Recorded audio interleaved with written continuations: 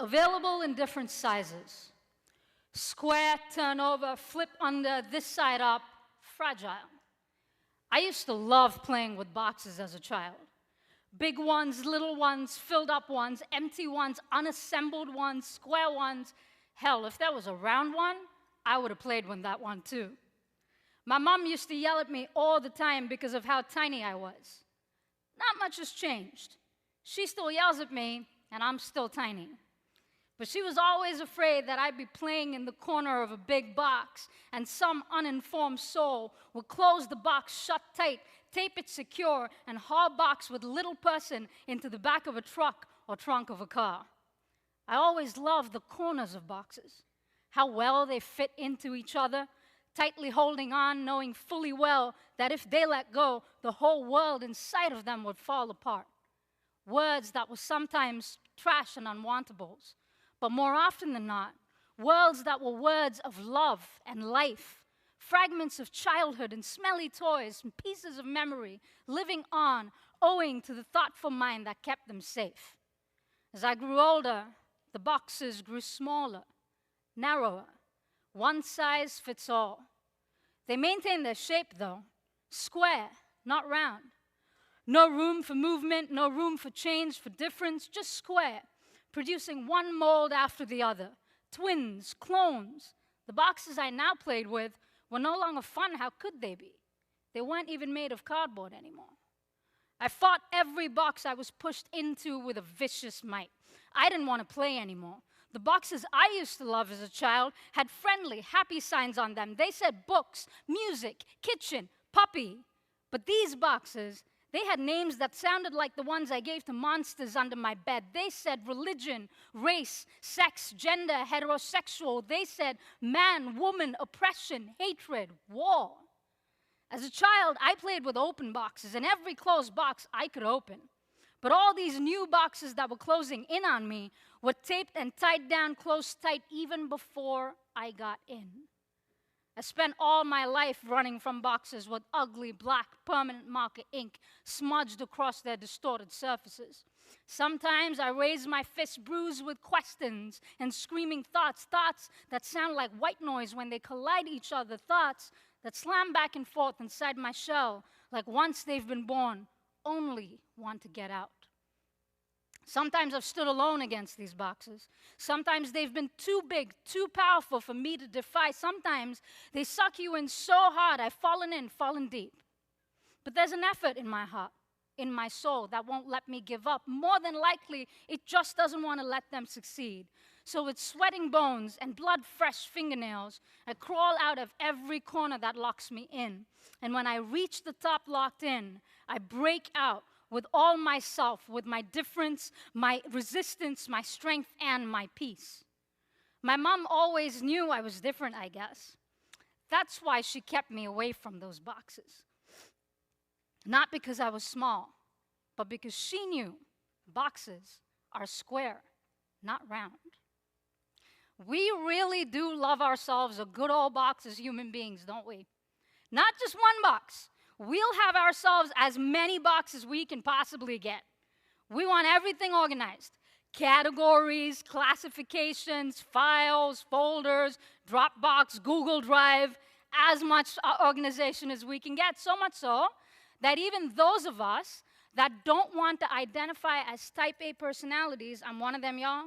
Even those of us that don't want to identify as type A personalities, we still love to talk about our organized chaos. Let me ask the adults in this room a question. Y'all remember when y'all used to be kids? Yeah? Can I get a yeah if you do? Yeah, okay. You remember when you used to be kids. Let me ask you this question. What goals did your parents have when you were children? What goals did they have for you when you were children? Shout them out. A lot of blinding light, can't see everybody. I know we're in a school, but don't raise your hand. Just shout them out. Grandchildren, doctor, lawyer. Rich, be happy. I like that goal. Anything else? Be calm. Okay, be straight. Okay, yes. I mean, you and I, whoever you are, you and I, we got some talking to do after the fact. Right. Okay, young humans. Do we have young humans in the house? Under 18, let me hear you. Young humans always beating at the adults with that voice. All right, young humans, tell me, fam, what goals do your parents have for you? Shout them out. I heard money, money, and then another money. What else did I hear? Moving out. Okay, get a place of your own. What else? Say the last one. Balance. I heard something in the back. Successful. All right. Y'all see how much similarity there is in all of our goals? Across generations, y'all's answers are more or less similar, right? Because it's rare to find parents who will say, my goal for you is I want you to travel. My goal for you is I want you to fall in love. My goal for you is I want you to know what heartbreak feels like. My goal for you is I want you to give back to the community. I want you to sing as loud as you can. And I want you to dance like nobody is ever looking. And it doesn't mean our parents don't want those things for us, right? Like y'all, some of y'all are parents over here. I know you want those things for your kids. I know my parents wanted those things for me. But the thing with goals like that is goals like that are dreams. And dreams, they don't pay the bills. But boxes, they do. Studies have documented that whether we like it or not, and I know there are probably a few folks here who join me in not liking surprises, but whether we like surprises or not, studies show that they are good for the dopamine system in our brain. So like babies who were surprised earlier on developed really solid learning skills over babies who are not surprised at an early age. When I say babies who are surprised, you're not running into a room and jumping and scaring them. That's not what I'm talking about. Like, think of a simple game of peekaboo, right? Even something as simple as that helps develop their learning skills faster than babies who don't have such games in their life. Surprise, it helps us focus our attention and inspires us to look at both our own perspective and the things that happen in our life differently. If it helps us look at the things that happen in our own lives differently, then imagine how it helps us rewrite what we know about other people as well. It helps us see things differently from other people's perspectives, right? So then we get to reframe what we think we already knew and know more.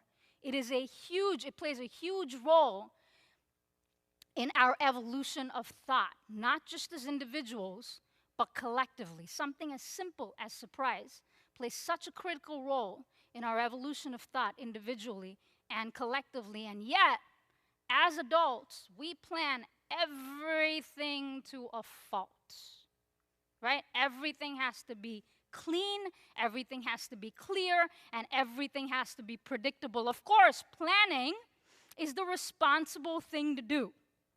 Ask my wife, she's here. I'm a huge planner. So no hypocrisy here, right? But planning is the responsible thing to do. But the older we grow, the less we also welcome surprise in our lives.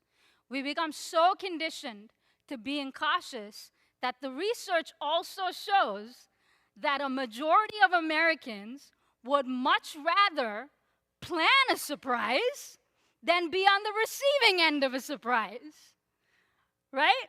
And so once again, boxes win. Am I oversimplifying things? Yes. You try turning everybody's world upside down in 10 minutes, right? So yes, I am oversimplifying things. There is a lot more nuance to it, but overall, we as humans, as we grow older, prefer to have everything in our lives planned out for us. But then when you think about it, though, and you really think about it, we are so complicit then in our own devolution. We live in societies that don't allow us to fail. Success equals money, and money equals happiness. And across cultures, we go from preschool to elementary school to middle school to high school to adulthood. All the things that we tout as a civilized society while stunting our own growth. Now, for whatever strange reason, the confluence of the various elements in my life have given me a lot of insight into these boxes very early, right? As a kid, I learned a lot about these boxes very quickly. I was born in India. I was raised Muslim on my father's side, Hindu on my mother's side, and I went to a Christian school. Definitely not a black, yep, that's the right reaction. Definitely not a black and white religious upbringing. But I was also raised in a matriarchal family on my mom's side. And I don't know if this just naturally happens with matriarchal family, but we also have a majority of women on my mom's side, right? So I constantly saw myself in these really strong, really powerful women, but my gender identity just never matched up the way that everybody told me it should.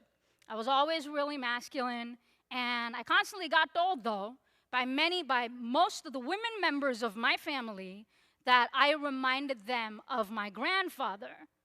I mean, who am I to argue with the women in my family, right? So here you go, more gray area in the vicinity, not meeting many of these boxes, but very comfortably living in that gray space. And I always have loved my heritage, right? The Indian in me always stays Indian no matter how much America feels like home. There is so much richness and nuance to being Indian. I was born in Chennai, so I speak Tamil. My family is from Kerala, so I speak Malayalam. I was required to take a second language in school, so I took Hindi. My dad's family speaks Urdu, so I also speak Urdu, and English is one of my first languages. Can y'all see the gray halo developing over my head? Yeah, so a lot of gray space, a lot of in-between lines, a lot of in-between boxes. And of course, now as an adult, all of that is fantastic. It's so wonderful to look back on that and think of all the experience and all the knowledge that I've received from my own personal experience and lean on that.